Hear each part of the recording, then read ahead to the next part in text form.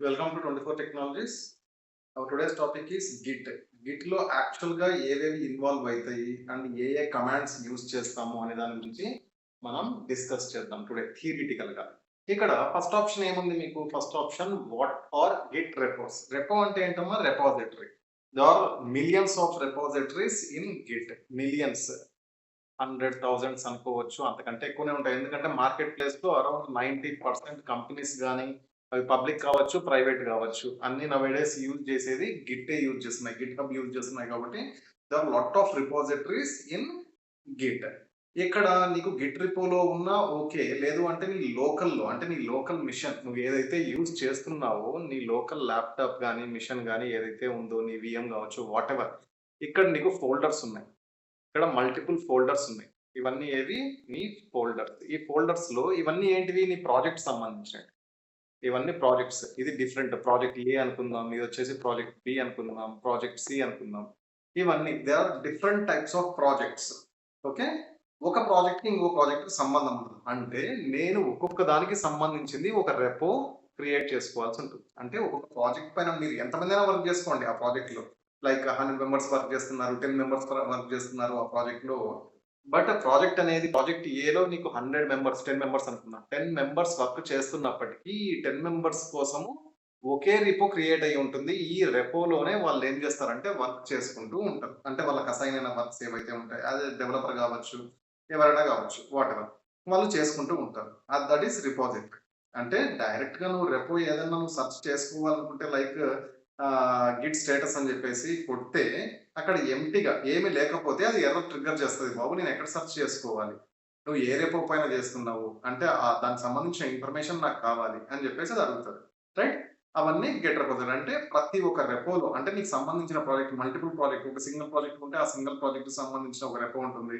If మీ కంపెనీలో 10 projects run అవుతున్నాయి. 10 different projects పైన ప్రతి ఒక్క ప్రాజెక్ట్‌లో ఒక 5 మెంబర్స్, 10 మెంబర్స్ వర్క్ చేస్తున్నారంటే వాళ్ళకి సంబంధించిన రెపో సెపరేట్‌గా ఉంటుంది. రైట్. దాంట్లో బ్రాంచెస్ అనేటివి ఉంటాయి. మెయిన్, రీడ్‌మీ ఫైల్ ఇవన్నీ ఉంటాయి. వాటి గురించి మనం డిస్కస్ చేద్దాం. రైట్.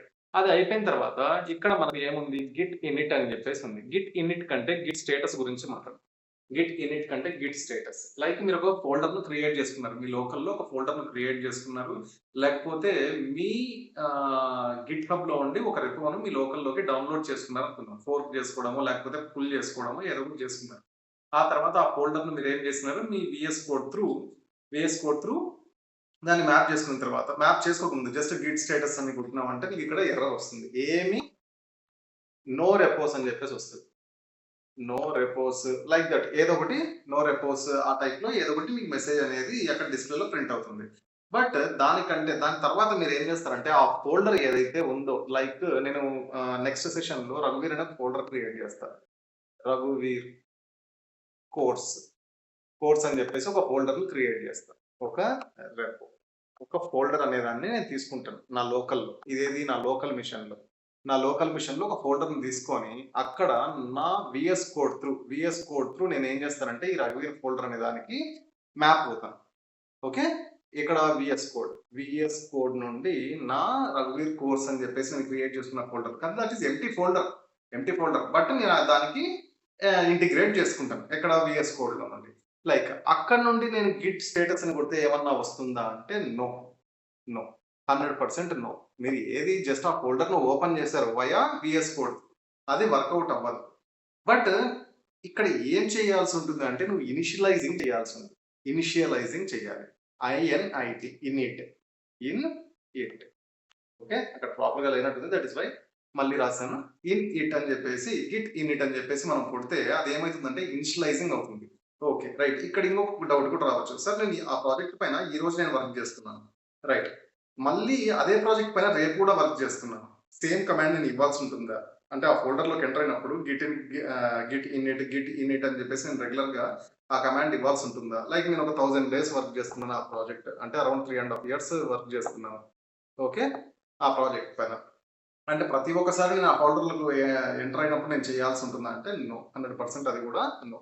ఫస్ట్ టైమ్ ఎప్పుడైతే మీ ఆ రిపోను ఓపెన్ చేసుంటారో, ఆ ఫస్ట్ టైమ్ మాత్రం గిట్ ఇనిట్ అని చెప్పేసి కొట్టినారంటే, మీరు ఎన్ని డేస్ దానిపైన వర్క్ చేసి, మీ ప్రాజెక్ట్ కంప్లీట్ అయ్యేంత వరకు, మళ్ళీ ఆ కమాండ్ తోటి మనకు పని ఉండదు. బట్ డిఫరెంట్ ప్రాజెక్ట్ ఏవైనా ఉంది. నేను డిఫరెంట్ ప్రాజెక్ట్స్ అన్నాను కదా!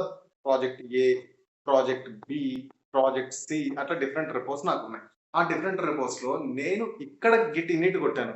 దెన్ వాట్ అబౌట్ దిస్ అంటే ఇక్కడ నువ్వు కొట్టినప్పుడు నువ్వు 1000 డేస్ అయినా యూజ్ చేసుకోవచ్చు. బట్ ఇది డిఫరెంట్ ప్రాజెక్ట్ అన్నప్పుడు మళ్ళీ ఇక్కడ ఈ ఫోల్డర్ లోకి ఎంటర్ అయ్యి నువ్వు గిట్ ఇన్నిట్ అని చెప్పేసి కొట్టాల్సి ఉంటుంది. అప్పుడు మీకు మళ్ళీ ఈ ప్రాజెక్ట్ లో ఆల్రెడీ కొట్టేసినారు కాబట్టి మీకు అనవసరం. ఇంకా అవసరం లేదు ప్రతిసారి అది ఎగ్జిక్యూట్ చేయాల్సిన కమాండ్. అండ్ మీరు ప్రీవియస్ గా గిట్ స్టేటస్ అని కొట్టినప్పుడు మీకు ఏం రాదు. బట్ ఇక్కడ ఇప్పుడు గిట్ స్టేటస్ అని చెప్పేసి కొడితే వన్స్ ఒకసారి ఇనిషియలైజ్ చేసిన తర్వాత గిట్ స్టేటస్ అనేది కొడితే ఏమవుతుంది అంటే like there is no branch. ఎందుకంటే అది బ్రాండ్ న్యూ రిపాజిటరీ, మనం ఏం క్రియేట్ చేయలేదు.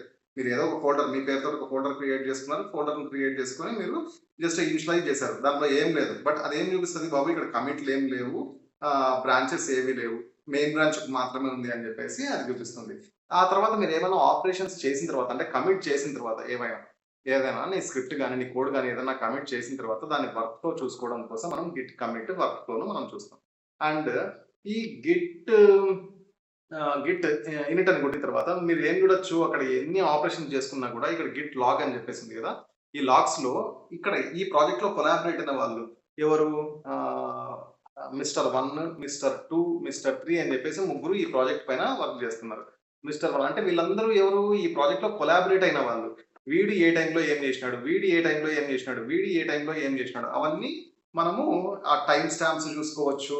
అండ్ ఏమైనా సేవ్ చేసి ఉంటే అండ్ వాళ్ళు ఏమైనా కమిట్ చేసి ఉంటే అవన్నీ మనం చూసుకోవచ్చు. ఏదైనా కమిట్ చేసిన వెంటనే దాన్ని రిలీజ్ చేయరు, అవి వెరిఫై చేసుకుంటారు. నువ్వు ఒక పిఆర్ రైస్ చేస్తే ఆ పిఆర్ ను బేస్ చేసుకొని వాళ్ళు వెరిఫై చేసి అప్రూవ్ చేసి తర్వాత దాన్ని మీ మెయిన్ ఫైల్ లోకి మెర్జ్ చేస్తారు. అవన్నీ మనం చూద్దాం, అది సెకండరీ. తర్వాత ఈ గిట్ యాడ్, గిట్ కమిట్, ఇంకా ఏది, అప్పుడు మీకు ఏమవుతుందంటే ఈ గిట్ ఫోల్డర్ అనేది క్రియేట్ అవుతుంది. ఈ గిట్ ఫోల్డర్ క్రియేట్ అయినా మీకు దిస్ ఇస్ రాబన్, మీకు ఏమీ కనిపించదు. మీ ఫోల్డర్లోకి వెళ్ళినప్పుడు మీరు ఇనిషియలైజ్ చేసినా కూడా మీకు ఏం కనిపించదు. అవి చూడాలి అంటే ఏ రకంగా మనం చూసుకోవచ్చు అనే దాని గురించి కూడా మనము డిస్కస్ చేద్దాం. రైట్, మనం ఇక్కడ ఏవేవో మనం డిస్కస్ చేసింది. ఇప్పుడు what are the git report అంటే ఏంటి, గిట్ ఇన్నిట్ అంటే ఏంటి, గిట్ స్టేటస్ అంటే ఏంటి, గిట్ కి సంబంధించిన లాగ్స్ చూడండి, గిట్ లాగ్స్ అంటే ఏంటి, గిట్ కమిట్ అంటే ఏంటి, గిట్ యాడ్ అంటే ఏంటి. యాడ్ అనేది నేను చెప్పలేదు ఇంకా, అది మనం ప్రాక్టికల్ గా చూద్దాం. అండ్ గిట్ కమిట్ దాని వర్క్ ఫ్లో ఏ రకంగా ఉంది అని చూసుకోవచ్చు. అండ్ గిట్ ఫోల్డర్ అంటే ఏంటి, వాటి గురించి మనము డిస్కస్ చేసాం కదా. Right, this is our today theoretical session. And ఎవరైనా సబ్స్క్రైబ్ చేసుకోకపోతే, ఇఫ్ ఎనీవన్ సబ్స్క్రైబ్ చేసుకోకపోతే ప్లీజ్ డూ సబ్స్క్రైబ్. అండ్ మనము నాట్ ఓన్లీ గిట్ అనేది దట్ మచ్ ఇంపార్టెంట్ అని చెప్పేసి నేను చెప్పను. బట్ ఏమంటే మీకు తెలిసి ఉండాలి, గిట్ అనే దాని గురించి మీకు తెలిసి ఉండాలి. ఎందుకంటే దానిపైన మనము ఏవి యాజ్ ఎ డెవలపర్ కాకపోయినా అట్లీస్ట్ నువ్వు ఒక డెవాప్స్ ఇంజనీర్ అయినా, ఒక క్లౌడ్ అడ్మిన్ అయినా కూడా అట్లీస్ట్ మినిమం నాలెడ్జ్ అనేది నీకు తెలిసి ఉండాలి. ఎవరైనా సబ్స్క్రైబ్ చేసుకునే వాళ్ళు ఉంటే సబ్స్క్రైబ్ చేసుకోండి. And cloud classes, multi cloud classes కానీ లేకపోతే like networking, back and front and networking కానీ, డెవాప్స్ ఎప్పుడే స్టార్ట్ చేయట్లేదు. బట్ వీటికి సంబంధించినవి ఏవైనా మీకు కావాలి, బేసిక్ నాలెడ్జ్ కావాలి, నేను బీటెక్ ఫ్రెషర్ లేకపోతే degree fresher and second year third year లోనే నేను నేర్చుకోవాలనుకుంటాను. బయట వచ్చినప్పుడు మార్కెట్లో మీకు ఏవో ఒకటి స్కిల్ సెట్ మీకు బాగా ఉంటే మీకు యూజ్ అవుతుంది అనుకుంటే, లేదు ఎవరైనా ఆల్రెడీ ఎక్స్పీరియన్స్ 2+3+ ఎక్స్పీరియన్స్ ఉన్న వాళ్ళు ప్రొఫైల్ స్విచ్ చేస్తాం అనుకుంటున్నారు డొమైన్, వాళ్ళకు కూడా ఈ కోర్స్ అనేది యూజ్ అవుతుంది. Every month 15th and first date కు నేను సెషన్స్ స్టార్ట్ చేస్తాను. వీటికి సంబంధించినవి మీకు కావాలనుకుంటే వాట్సాప్ నెంబర్ కూడా నేను అక్కడ ఇచ్చాను, you can reach me out. Thank you very much. Subscribe చేసుకోకుంటే ప్లీజ్ డూ సబ్స్క్రైబ్.